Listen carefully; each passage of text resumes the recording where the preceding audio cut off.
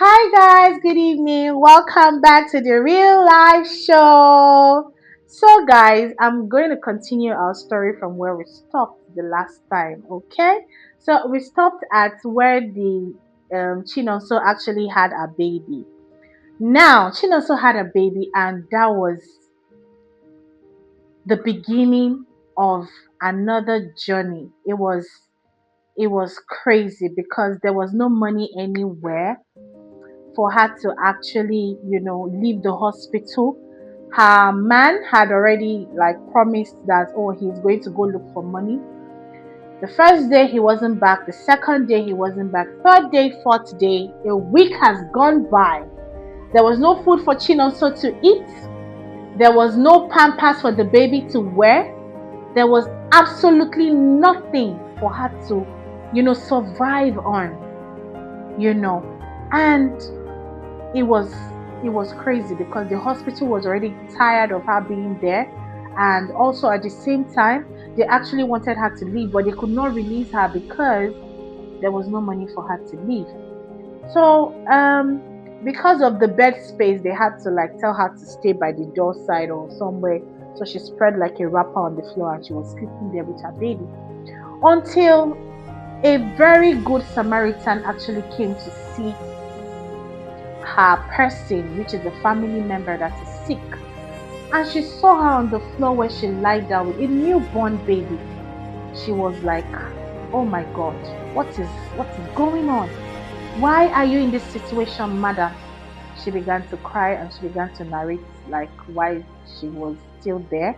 That her husband has said he has gone to bring money for them and all of that. That was how this good Samaritan made sure that she paid for the hospital bill. And not just that, he drove her home and also gave her some money to actually buy provisions, pampers, and food for the baby, and also stocked up the house for her. And before you knew it, God began to raise different people to help, like neighbors, acquaintance, friends, and that was it. Because Chin also is actually a very nice person. She is very respectful. She is humble, and she's very jovial. She likes to talk to people. And that was how she was able to leave. After a month, her husband came back. Obina came back after a month that the wife put to bed. He had not seen his family for that long.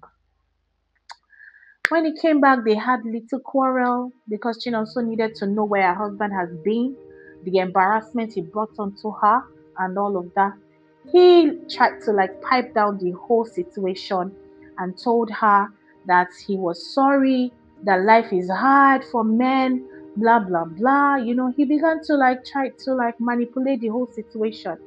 And because Chinonso is so much in love with Obina, she complied. She agreed. Okay, fine. This is my child's father, and I understand.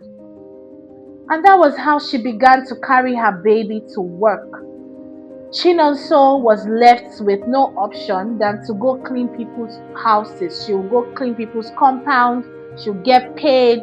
She'll wash people's clothes and get paid. It was going on and on and on like that. So that was how Chin also began to save up money because she knew that her man Obina would not actually come through for her. Now she has responsibility. She needed to, pay her house rent, buy baby food, get diapers, and all of that. That was how Chin also became a father and a mother to her child. She kept on going. The suffering was too much. Um, Obina comes in and out of their lives. Anytime he comes, she will accept him, make food for him, and respect him as a man that actually got her pregnant. Now, the fact that she never had anybody to call a family, she actually loved Obina so much and her child. It was going on and on like that. When it's time to pay house rent, he'll come up with the same excuses like he has always come up with all the time. He would, the little few times he would bring money for them to feed, and some other times he would not. So it was more like he wasn't even present in her life and her child's life. Now he came back again after like 2 to 3 years and got her pregnant again. Obviously, she's already seeing him like a husband. She began to become worried.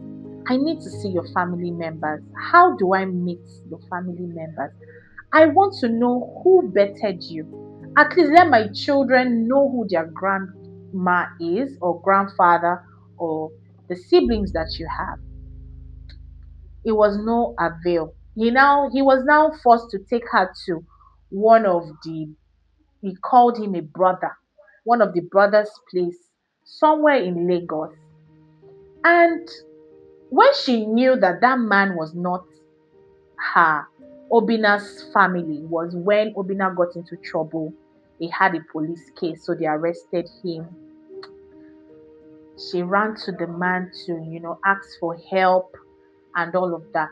The man just told her, we are not family. It's just that we came from the same state. Wow, are you serious? You just came from the same state? Are you kidding me? And you guys were already referring yourselves as brothers. She was stranded. So all the time she'll go see her man in the prison, always give him money for feeding and all of that. It became too much for her to handle. So she left him there because there was nothing she can do or she could do. There was no money to release him. There was nothing. She would go and work and, try to gather up money. Now, I told you she was actually saving, right? To get maybe a shop or something where she can be selling something on a daily basis. But to no avail. Because Obina has gotten into trouble, she had to start saving all those money, and she was able to bring Obina out. She never knew that Obina was actually into drugs. So he comes once in a while, removes the fan that she was able to buy, sell. He goes to remove the television, sell. He was always dragging her backward. And the only thing or the only closure that she could actually draw to was always being in tears, always crying, feeling very disappointed at him with all the sweet words he has told her, the assurance he has given to her, how he will love her, how he will care for her, how he will cater for her, be her father that she never had or the mother she never had. Everything went down the drain. Now, this is the second child, the number 2 baby. She was pregnant, she was also carrying the other one. So, as God may have it, she knows how to do a lot of things. She knows how to multitask. She will do the same egg roll that she learnt in her former boss's house years back. She would make hairs. So she began to make hairs for people. It was amazing because if she makes hair for this person, wherever the other person, like the client goes to, other people would love the hair and they would come over to make their own hair. And that was how she began to have a lot of customers. She began to make wonderful styles, though she was not earning so much, but it was okay for her and the pregnant child and also the one she had initially. So, she went on with life like that. She was satisfied with what she had, and that was how she gave birth to her second child. Now she gave birth to her second child. Guess what?